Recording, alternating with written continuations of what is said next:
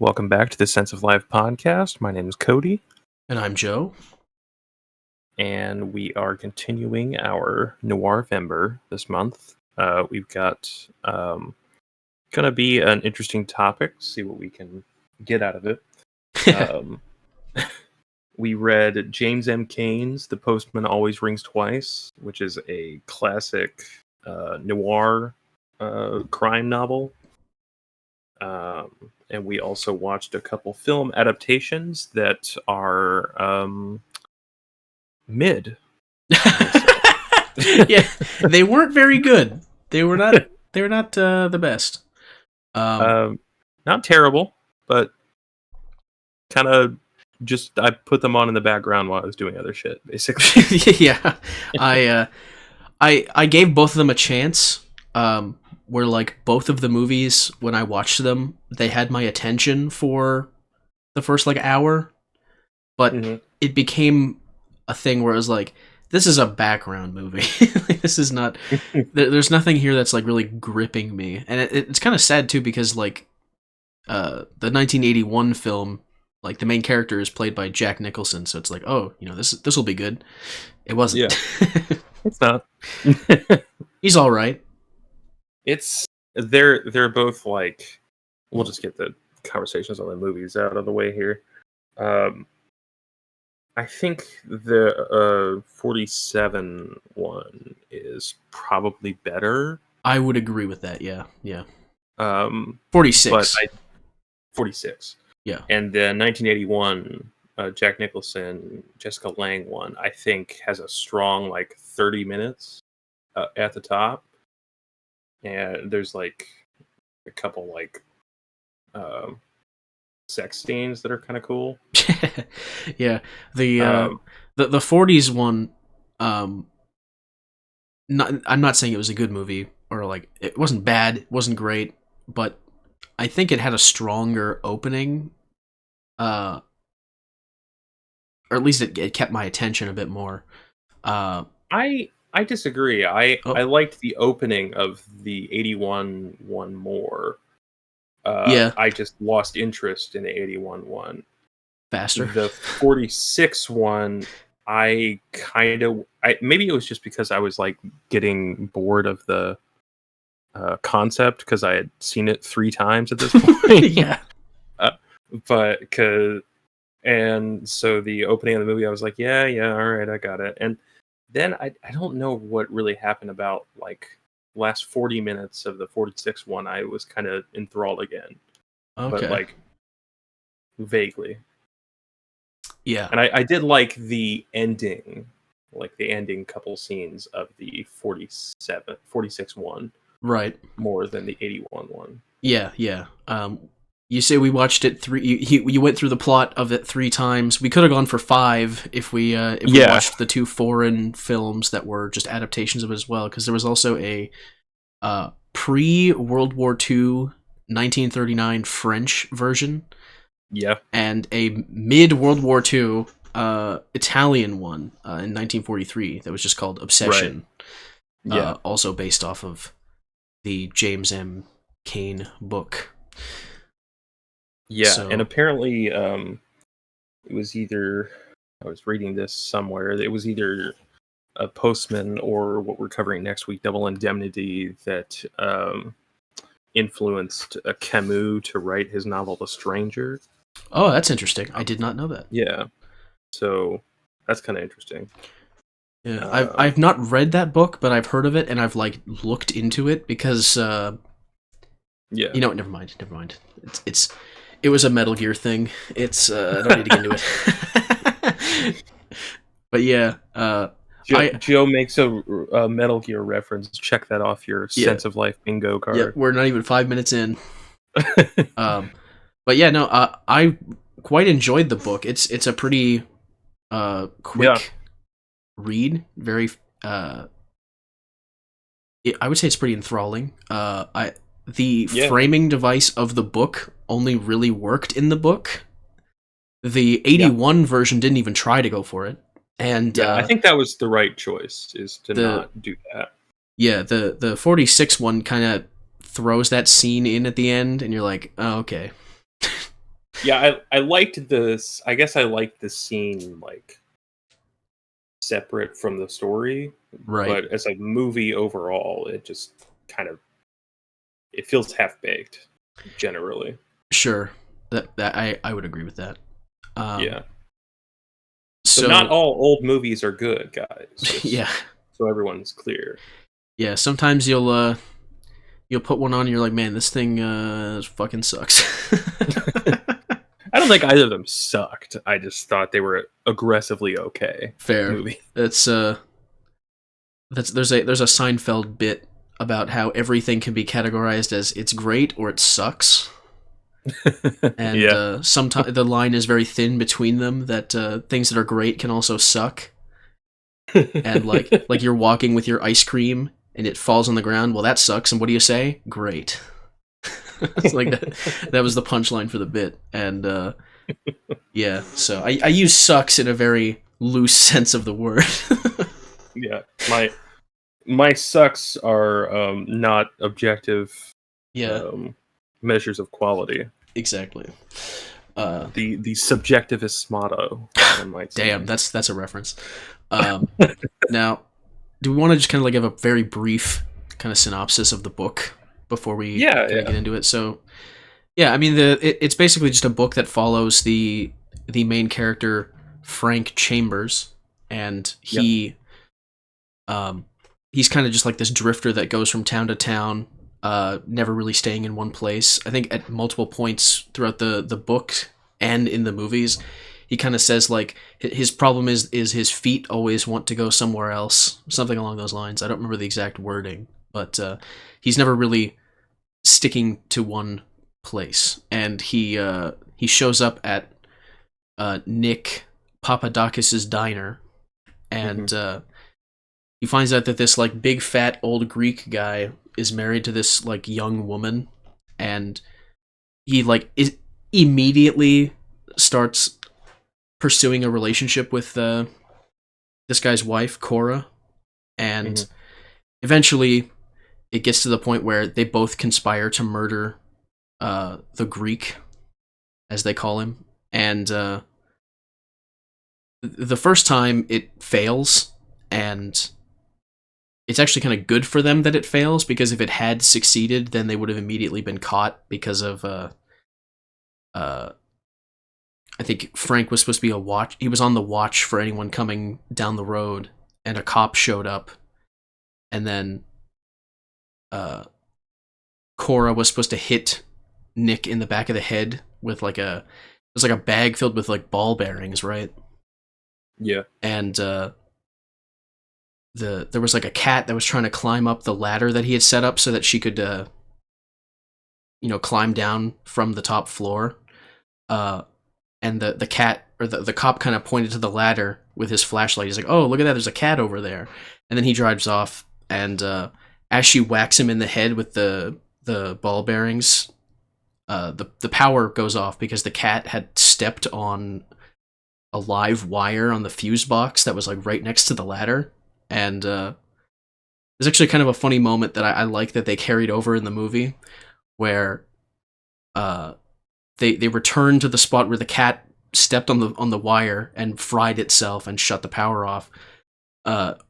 Where the cop kind of points out that he really likes cats, and then they show like the cat dead, and he's just like, "Oh, killed it deader than a doornail," or whatever the fuck he said. He keeps reiterating the same way he said it, like, "Kill her deader than hell." He's like, deader than a doornail, remember? Yeah. There was like a tongue-in-cheek like reference, like a wink in the 46 movie. Yeah. He acted way too suspicious in that scene in the 46 one. He's like, "Oh yeah, deader than a doornail, right? Yeah, that's right." Yeah, Nicholson was a little suspicious, but he felt like he knew what he was doing a little bit better than the one guy that plays him in the 46. Yeah. Kind of entertaining. He was played by John Garfield. Yeah. Nicholson comes off better as like a scumbag character. He plays a scumbag really well. Yeah. He's got the face for it. He does. He does have the face of a scumbag. Sorry, Jack Nicholson, but you do. So the first murder fails, and they're like, oh, maybe it was for the best that we failed. But then they immediately start plotting again after, like, I think Frank leaves, and Nick bumps into him in L.A. and he's like, hey, come back to my restaurant. I have something to tell you about. And then he brings him back, and him and Cora, like, immediately, like, okay, we're gonna kill this motherfucker. And it's weird because, like, every time I just felt bad for Nick, the book and the two movies. I was like, this guy's nothing but nice. And they're plotting to, like, murder this nice old Greek guy. Yeah, and this is definitely What Pussy Does to a MF book.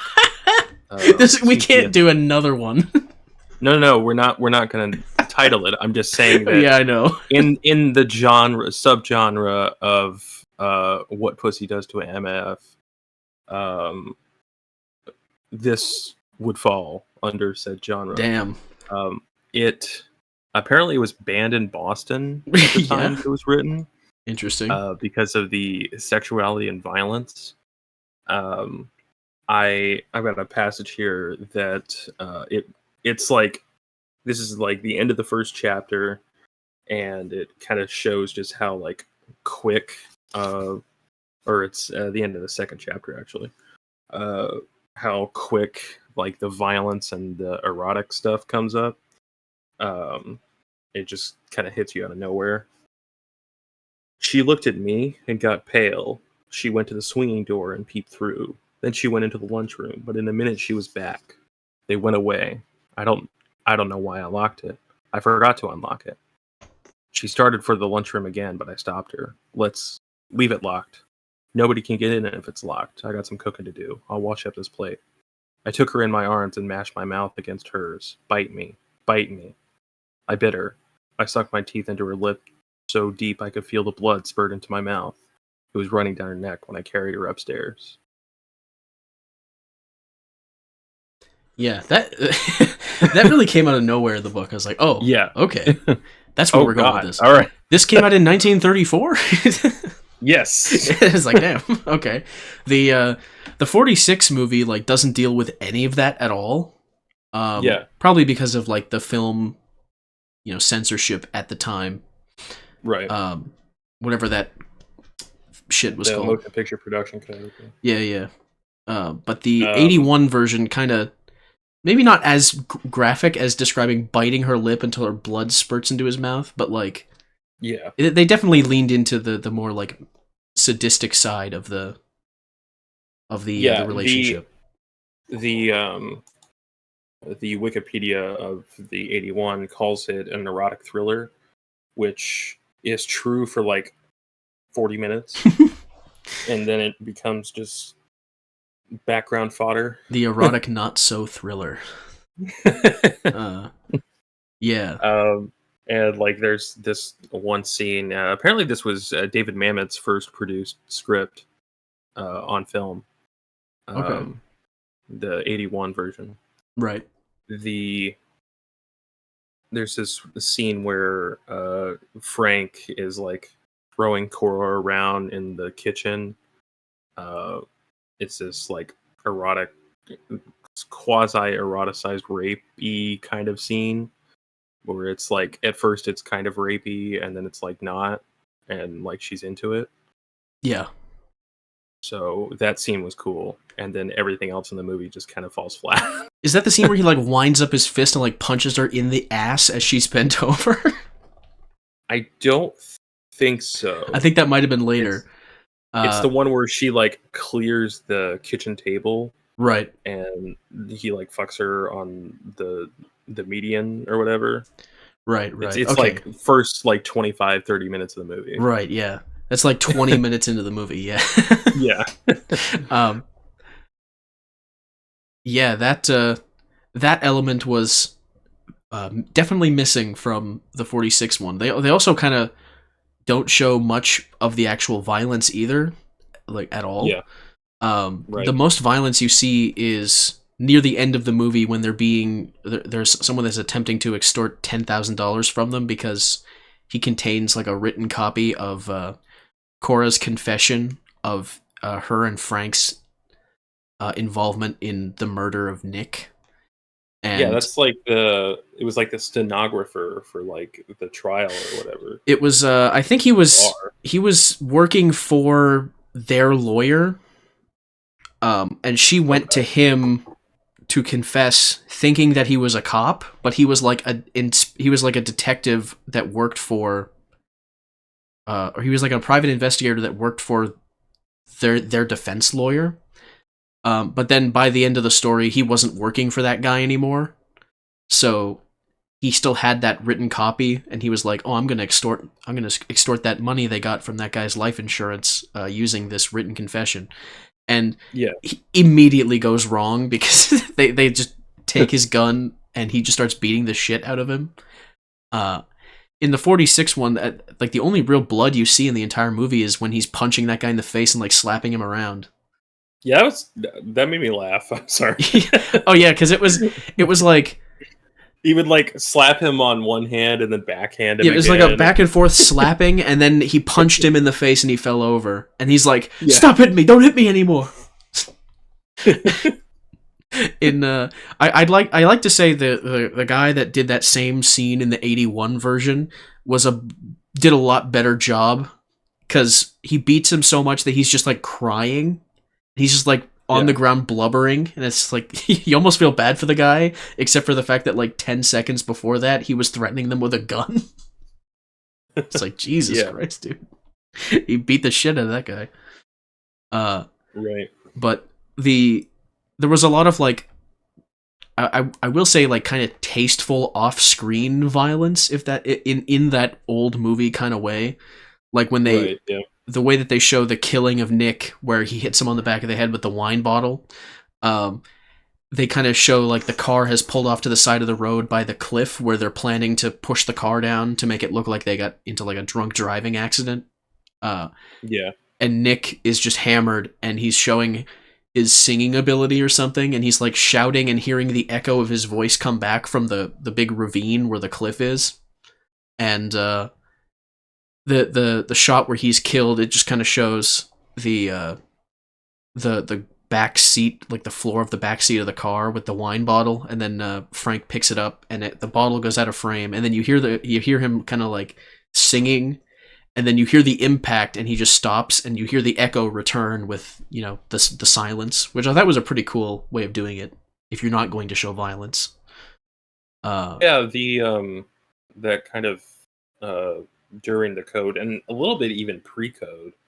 A lot of times when it's not like a censorship thing, when movies aren't showing violence, it's probably a budget thing, Yeah. because violence is expensive. Uh, Right. I was just watching the 1932 Scarface yesterday because I went to see the De Palma movie in theaters, Right. and I had never seen either of them, and I had some extra time, so I just turned on the 32 Scarface. Really good. Uh, I think the De Palma movie's better, but there are scenes in that where it seems like it's a budgetary thing, although it may have also been a non-code thing. They just like, I don't really want to show like the direct violence, but some of the scenes in there of just like seeing a shadow of Tony Camonte um, shooting someone who's off screen. It has this kind of eerie, horrifying effect, and like the way Hawks shoots the violence in that movie is it's just like pure chaos, and crime is like horror, Right. and not as this like operatic thing that De Palma does, which is also cool. Yeah. But um, yeah, it's there's reasons to have it's yeah, I mean it's kind of like the whole sex scene discourse that everyone talks about. Um, there's reasons to have something on screen, and there's reasons to not, Right. and it just kind of depends on how well you can tell the story. Yeah. I think if you have the correct reason for showing or not showing it, then it comes out good in the end. And I think the 46 version probably didn't include any of the like sex stuff as a part of the code, the censorship thing. But I do think the violence being kind of off screen, and most of the time just off screen, was pretty good. Like, and sometimes in movies when that happens, it can be even like more disturbing than right. like the Hostile 2 type of violence. Still have not seen that. I just use it as like example of extremely violent. But I mean, like Audition or something. Mm-hmm. Like sometimes not seeing the real violence makes it. It's like the whole like the shark doesn't work thing. Like what your mind can come up with is usually more effective than what we can show on screen. Yeah. What did you think of? I was thinking about this watching both of the movies. What did you think about the novel being first person, and then the films clearly not being? Even... Well, yeah. I mean, as far as the way that the book is written, it's first person because I guess as the I won't even say twist. It's just like the reveal at the end of the why it's all first person, because a book doesn't need to justify the position from which it's told from, but this one does, because it's revealed at the end that everything that you've been reading is Frank's full confession of the events that happened, because he's been arrested for Cora's murder, which he actually did not commit. The story kind of ends with him and Cora had this kind of falling out after they killed Nick, because the prosecutor tried to pit Frank and Cora against each other by getting Frank to sign a complaint against her when they initially did the murder of Nick, because it was done by like a car crash, or he was killed with the bottle, but then they kind of ran the car down the cliff, and Frank was still in the car, so he received a bunch of injuries. And the prosecutor basically was like, well, if the prosecutor went from the assumption that it was definitely a murder, so it's like, well, if you didn't do it, then she definitely did it, and she wanted you to die in the car crash too, so you have to sign a complaint against her. So it was kind of like working them against each other to try and nail both of them, really.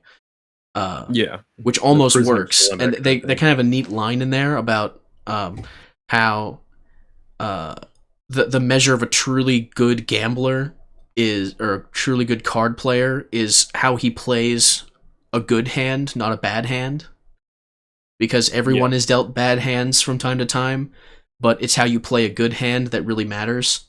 And they describe the situation as everyone having played a perfect hand, and it's just a matter of time to see who comes out on top, which is a really cool analogy to kind of make for like the perfectly framed murder and the perfect strategy from the prosecutor, and then like the perfect defense from the defense lawyer. And it's just like all these different things going on, and in the end they all kind of get away with it for a bit.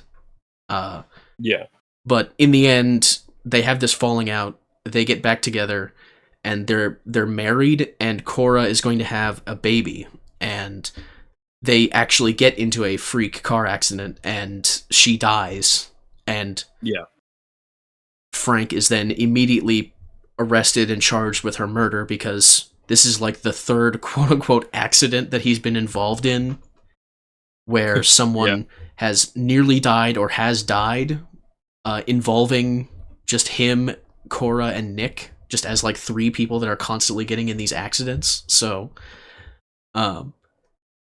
he no one believes him the third time that it was truly an accident. So the entire novel is framed as his confession of everything that truly happened, that he wasn't guilty of Cora's murder, even though that's the only one he was convicted for, and that this manuscript would be released to the public should all of his appeals fail, and that he would be executed. So kind of at the end, you get this chilling note that you're reading the words of a man who's already dead, revealing the truth of what really happened to him.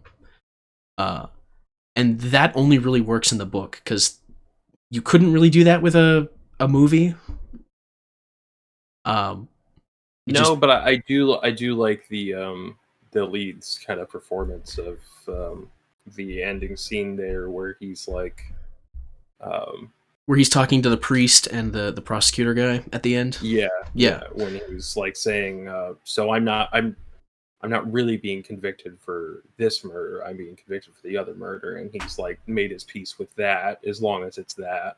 Right. And the prosecutor just kind of tells him what he wants to hear because he's killing him anyway. So like, it doesn't really matter. Right. Because like the whole thing was like, well, if you fight this conviction of the murder of Cora, and you pass it, and it is ruled that it was truly an accident, we'll just put you on trial for Nick's murder because Cora left you a note in the cash register, I think, of the diner. Yeah. That basically just implicated both of them in Nick's murder. So it's like, damned if you do, damned if you don't. And the movie kind of goes with that's the reason behind the naming of the book, The Postman Always Rings Twice, which is like, yeah, you're always going to get what's coming to you. And him and Cora kind of both pay with their lives for the murder of Nick, even though the first time it was quote unquote rung, that nothing happened, but the second ring was what got them. Whether that's actually the intent of the naming with the novel, I mean, it makes sense to me. But the novel doesn't really have a line that is equivalent to that. Right. To my recollection. One of the things I really like is, I'll start with this. This is the opening paragraph of chapter 8. Mm-hmm. This is about halfway through the book, right? About halfway through the book. Well, a little under halfway. It had 16 chapters, right? I suppose some of them are longer than others, so yeah. yeah. So about halfway, a little under. They're basically killing Nick at this point. We didn't say anything. She knew what to do. She climbed back, and I climbed front. I looked at the wrench under the dash light. It had a few drops of blood on it. I uncorked a bottle of wine and poured it on there till the blood was gone. I poured so the wine went over him. Then I wiped the wrench on a dry part of his clothes and passed it back to her. She put it under the seat. I poured more wine over where I had whipped the wrench, cracked the bottle against the door, and laid it on top of him. Then I started the car. The wine bottle gave a gurgle, where a little of it was running out of the crack. So this is actually after they've killed him, and they're about to push the car out. And I remember reading this, and I was thinking, like, there really can't be a perfect crime. It's 1934, so they would probably get away with this in a way that you really couldn't today. Right. But the idea of just the car being covered in alcohol rather than just a little bit of alcohol from someone drunk driving, it's like, that feels like a pretty big red flag to anyone investigating it. Yeah. Yeah. He spilled wine all over the car. Yeah, he just like, whoa, wow. And it went everywhere. And he specifically poured it all over this wrench. Yeah, and like thinking of it with that kind of framing device in mind, you could look at it as him really understand, like in a very sober way, he kind of understands how stupid everything was. Right. Because they're pretty much incompetent. They're just kind of lucky because it's 1934. Right. Like any time past that point, forensics and just like detectives would be able to figure them out. The prosecutor knows they're guilty, but they're basically getting off because technology is not equipped to deal with this. Right, exactly. They kind of frame it as the prosecutor has no evidence against them other than his intuition that it was a murder. So the only bit of evidence he has is what he manufactures in the conflict between the two characters in getting them to fight each other in the court battle. Which is a pretty intelligent way to deal with things pre forensics, you know. Yeah, yeah, So the prosecutor was very good at his job. It's just he wasn't good enough. Um, yeah. And he was as good as he could be, but he if he had like modern forensics or whatever, he would he have far more evidence against them. Yeah. yeah, yeah.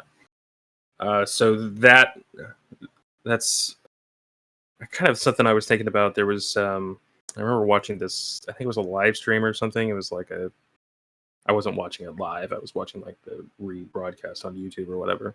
Hmm. And it's this writer Christopher Rocchio. He writes these like fantasy sci-fi novels. I think it's called Sun Eater. I'd like to check it out. It seems pretty cool. But he was talking about Batman and how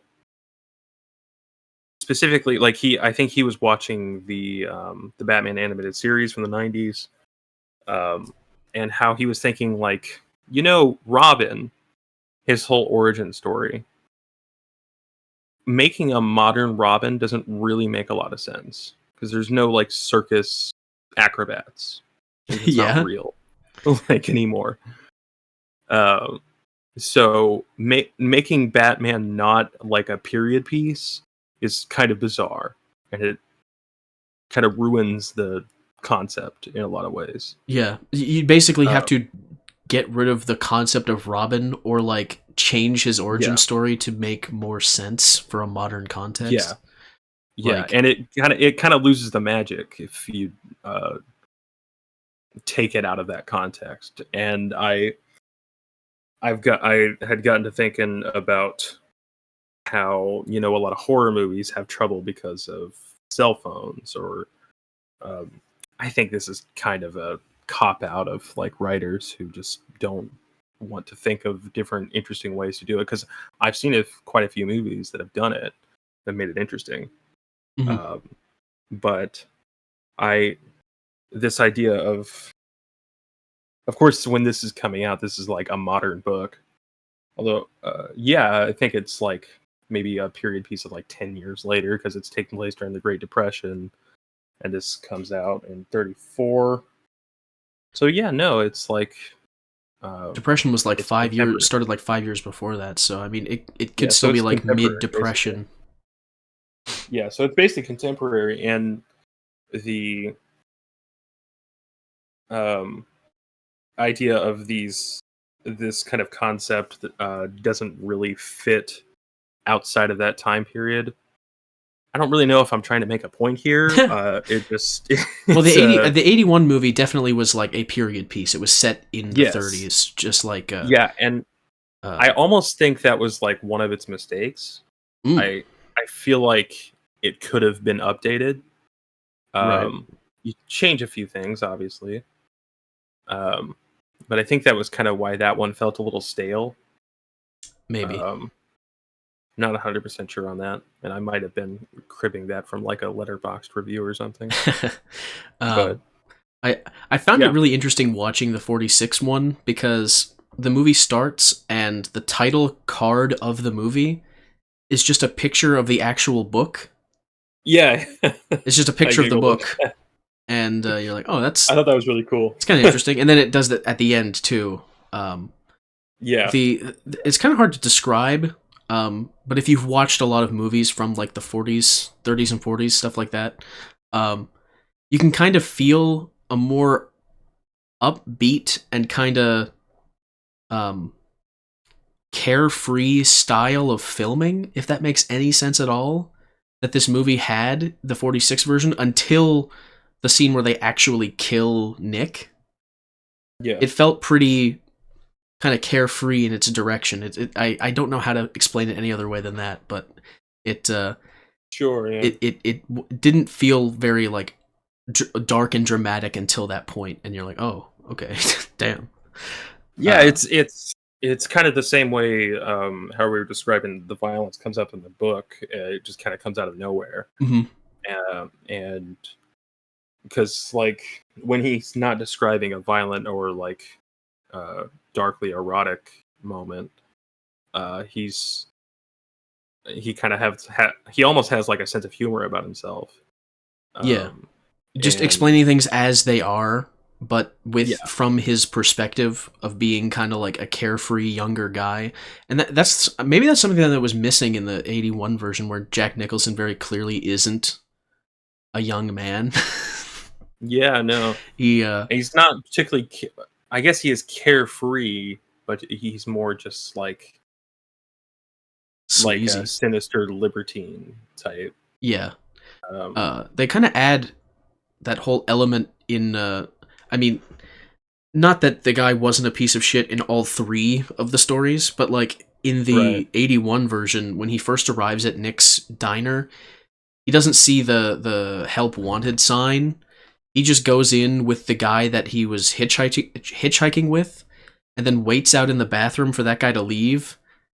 And then when he comes out, he had already ordered food, and he kind of fakes that the guy drove off with his wallet and he can't pay for the food. It's just like the Yeah, first thing he yeah, does is try and scam the guy. You're like, damn, yeah. great introduction to that character. uh, And one thing I really liked about this is I talked about this when I was on Getting Lit, talking about Turn of the Screw. A lot of times when you, and this was true in Turn of the Screw, I thought a lot of times when you read a book from the first person's perspective, it just kind of devolves into like schizo ramblings of a madman, right. which is kind of like the genius of American Psycho. Um, which that's exactly what that book is. And but this one, it's kind of the opposite of that. It's he's got a sense of humor about himself, but he's like, you get to the end and you realize he's got like a sober perspective on everything, and he's kind of already learned his lesson. And we're just kind of going along with like the uh, to use a buzzword, integrations he's making through the way, along Yeah. the way. I don't know. I found that I I enjoyed that style.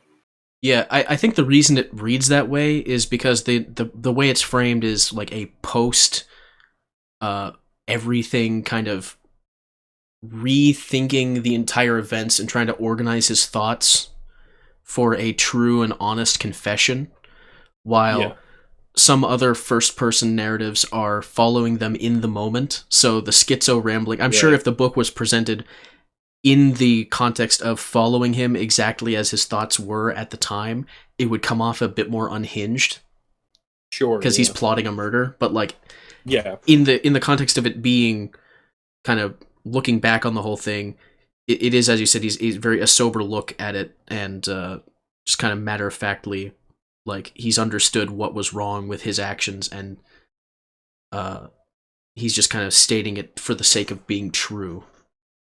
Yeah. It's almost like, to keep it on like Ellis. It's like the difference between, I don't know if I don't think you read these, but the difference between Less Than Zero, which is Bret Easton Ellis's first book, and The Shards, which is his most recent book.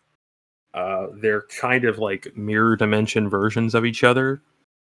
But uh, The Shards is kind of Brett looking back on his like teenage years, and Less Than Zero is being written while he's a teenager. Yeah, And so they just have very different views on the events that are happening. yeah, the clarity of hindsight. Yeah. Uh, yeah, that. The other kind of, sorry, were you gonna say Oh, something? I was just gonna say that makes sense to me. Yeah, Oh, okay. The other, of course, the main kind of through line is this love story, or like end of a love story between Frank and Cora, yeah, that starts with cuckolding, as all great love stories do. mm. Um, and I really like the progression the relationship takes, even though it's like a kind of depressing one. Uh, there is last quote I have from page 87. This is the ending of chapter 12. Um, and this is kind of when they're like starting to get annoyed with each other. I began slipping off her blouse. Rip me, Frank. Rip me like you did that night. I ripped all her clothes off. She twisted and turned slow so they would slip out from under her. Then she closed her eyes and lay back on the pillow. Her hair was falling over her shoulders in snaky curls. Her eye was all black, and her breasts weren't drawn up and pointing up at me, but soft and spreading out in two big pink splotches. She looked like the great-grandmother of every whore in the world. Yeah. The devil got his money's worth that night. And it's just kind of there's no real lust that Frank has for her anymore, and they obviously don't really love each other. Yeah. So it's just kind of become this, like, pathetic jerk-off session for him. Jesus Christ. Yeah, it's a really pretty dark. rough patch in that part of the book where you're like, oh yeah, what the fuck. The kind of clear difference between all three of those the two film adaptations in the book is how long it feels when you're actually going through the part where they don't trust each other at the end, and how long that felt with the book. But then in the movies, it kind of breezes by pretty quickly. And that might be because the 46 one didn't have any like of the sexual elements like at all. Could be. And the 81 version, maybe it was just because I was barely paying attention by the end of the movie. But 81 was too long. It was. The 46 one was what, like hour 40 something? You know, it was only 10 minutes shorter than the 81 version, but it felt significantly shorter. Yeah, it felt like 30 minutes. Yeah. That's crazy. I actually had no idea they were that close in runtime. Yeah. But the way the 81 version, and this kind of ties back into my point about showing and not showing the violence, is the car crash scene at the end where Cora dies. In the 46 version, they're kissing and he has his eyes off the road, and she notices an oncoming truck, and he kind of swerves off to the side and slams into a post. And he's like unscathed by this, and he's like standing up immediately, and then he looks into the car, and you see her arm. You never see her whole body. You see her arm from out of frame fall, and like she had something in her hand, and it falls out. I don't even remember what it was that was in her hand, but like you just see her hand, and you know, like, oh, she's dead. It's over. And then it has that whole like they kind of skipped the whole trial thing by just showing the newspaper that said he was convicted in her slaying, I think is how it put it in the fucking headline. And then it's him talking to the priest in the jail cell. But the 81 version, they're driving, and the same kind of setup. There's an oncoming truck, and he swerves, but she like flies out the window of the car. Yeah. And there's like, if I remember correctly, there's this like carry speed ramping thing that happens when like the car swerves. In the 81 version. Yeah, it spun out too, and like he gets out of the car and he walks over, and it's like she's on the side of the road, and her head is like up against a big rock that's on the side of the road. And it's like she flew out of the car and just whacked her head on this like stone, and that's what killed her. And he's kind of just crying over her body, and that's how the movie ends. Like there's no he was convicted for her murder. There's no indication in that movie that there's ever a trial for her murder.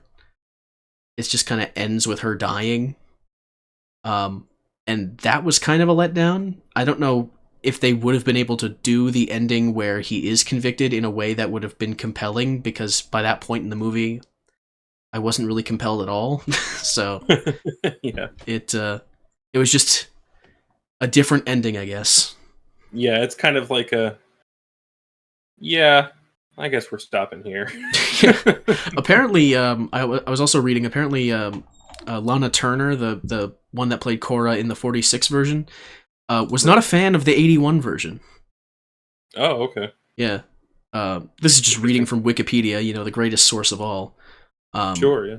It says the star of the 46 version, Lana Turner, did not watch the remake, but said she had seen advertisements and blurbs on television that made her sick. She resented how the studio, quote, turned it into such pornographic trash. So she was not a fan of the 81 version.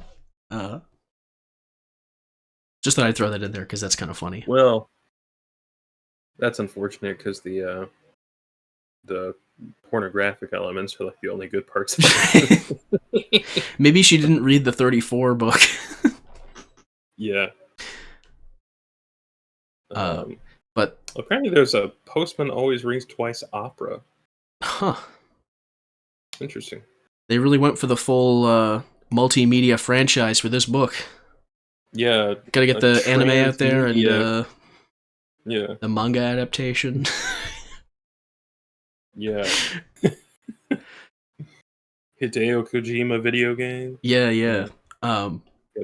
But yeah, in classic like noir fashion, the main character was kind of a piece of shit. Yeah. Murder was involved, and I made this point earlier, but honestly, I just feel really bad for Nick because he seemed like a really nice guy. yeah. Like the way they describe in the book him writing up the sign for the to replace the old sign that they had for his diner that got destroyed in some like wind. There was like a storm that blew it off the thing, and Frank kind of gives him the idea of doing up a neon sign and going into town and getting that commissioned. And he's like, oh, I don't know about that. That sounds a little expensive. And then like off screen, or maybe not off screen because it's a book, but like it quickly is shown like he suddenly had an enthusiasm for the idea of doing up this neon sign. And they describe how he had like eagles on it and like a Greek flag and an American flag and like all this other stuff that he had like drawn up for an idea for the sign. And it's like, this is a guy that really likes it. You can immediately get the idea this is a guy that's really proud of his Greek heritage, but he also really loves America and like the idea of the American dream because he owns like his own business and all this stuff.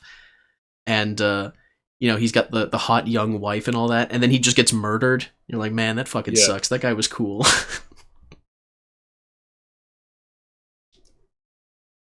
Yeah. That's my main takeaway, is that I was really sad that guy died. Yeah. Murder is wrong because you killed a guy for no reason who was really nice. This dude was cool. Why'd you kill him? Yeah. Also looking on here, the Obsession 1943 version was the directorial debut of Luchino Visconti. Kind of cool. He directed a movie I watched pretty recently called The Damned, which is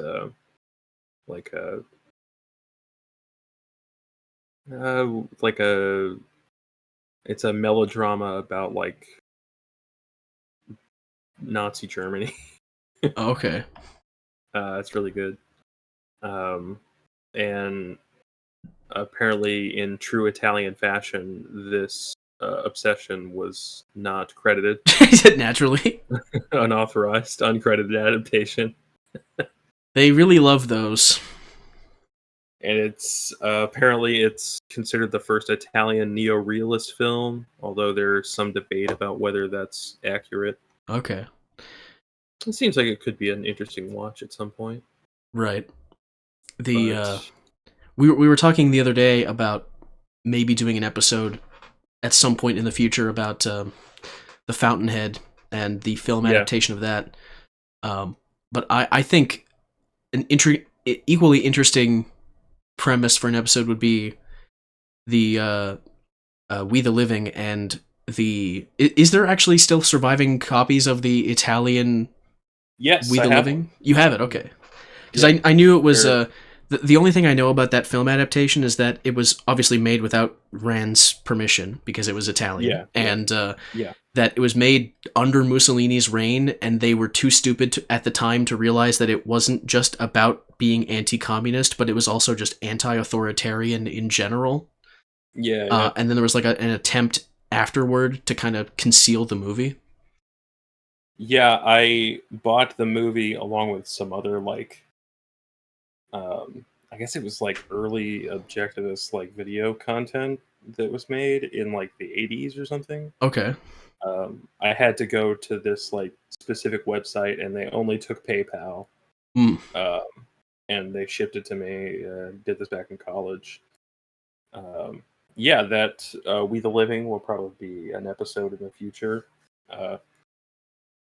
This being the podcast it is, we'll probably end up covering all 4 of the Oh yeah. Ayn Rand's novels at some point. Right.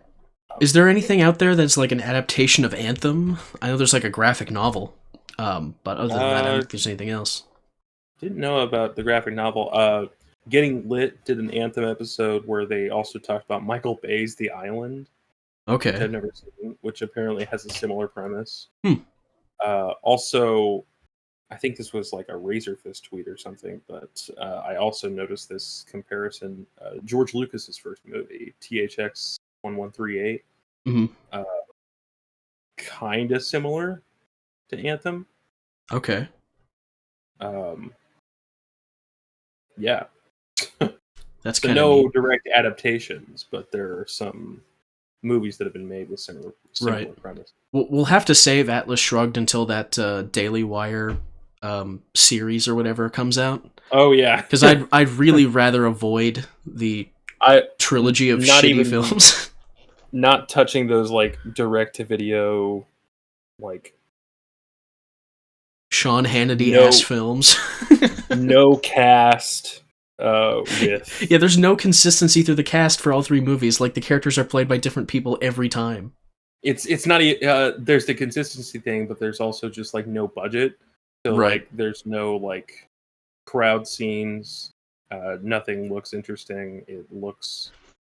It's bad. I think I watched 10 minutes of the first one, and I dipped out. I was like, nope. Yeah, this is just shit. Not it.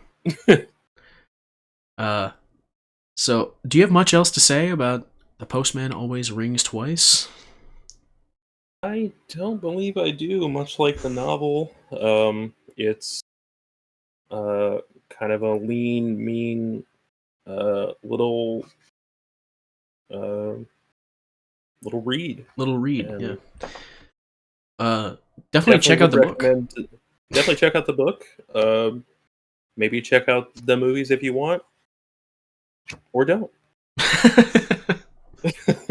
Yeah, the movies, take them or leave them. The book, definitely take it. Take it. Yeah. And pay for it. Yes. Support your local corpse of James M. Cain. Exactly.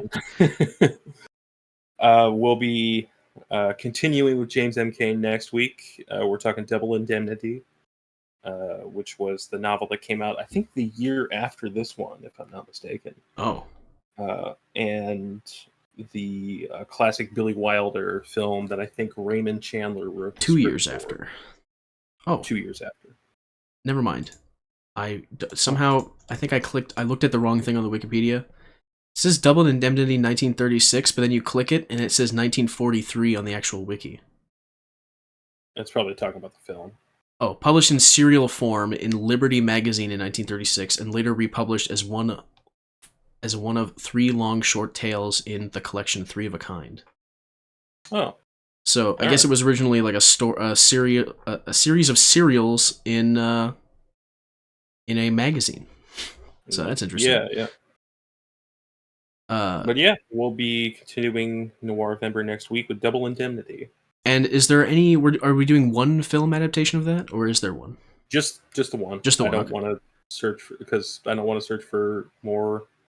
And I think there were a couple more made, but like the Billy Wilder movie is the one everyone talks about. All right, cool. I do have one more thing to say before we cut this off. Sure. The YouTube channel has officially passed 250 subs. I think that happened a week ago, but I didn't notice until now. Oh yeah. So that's pretty cool. We're at 254 now. And yeah, kind of doing the whole plugging the channel thing that we never do because we're noobs. Yeah. There's almost never anything where we're like, hey, check us out here, or like, you know, if you're listening to this on here, we're also on this other platform too. Yeah, so if you can leave a like on the video. Yeah, Um, that helps allegedly. so they say, and also on Spotify, I noticed we do have 2 reviews. I don't know if they wrote anything. I think they just gave a star, both 5 stars. So thanks to whoever did that. Damn. If you're Ukrainian bots, thanks. Shout out to Zelensky, my man, um, Shout out to for supporting the Zelensky. cause. So, if you can, they always say that leaving a review on, particularly Apple Podcasts, but also Spotify, helps with the algorithm there. I'll gonna try to workshop our little like blurb for the actual podcast so that it's less generic. But apparently, if you search "Sense of Life" podcast, I checked this. We're like the top. Like we get a little bumper thing for it, which I thought was pretty cool. Yeah. Don't really know what that means, but Yeah. There was a. I don't know if we'll leave this in or not, but I've been using the name Sense of Life as my Discord server since like 2019. 2019. Yeah. And apparently there was like some financial advice podcast that Yeah. had Yeah. like 5 or 6 episodes or something that was also called that. Nothing in relation to this. Not even like Yeah. the inspiration behind those 2 titles is entirely different. Yeah. And completely unintentional on my part to have the same name as that other podcast. But they aren't around anymore, as far as I know, and I haven't heard anything. So Yeah. I don't know. I've not received a cease and desist. So, So uh, uh, but yeah, leave a like on the video, comment on the YouTube, leave a review on Spotify and Apple. yeah. Uh, Definitely would help us out. Yeah, I think that's all we have for today. All right. Well, if that's everything, then I guess we will see you next time with Double Indemnity. Talk to you later.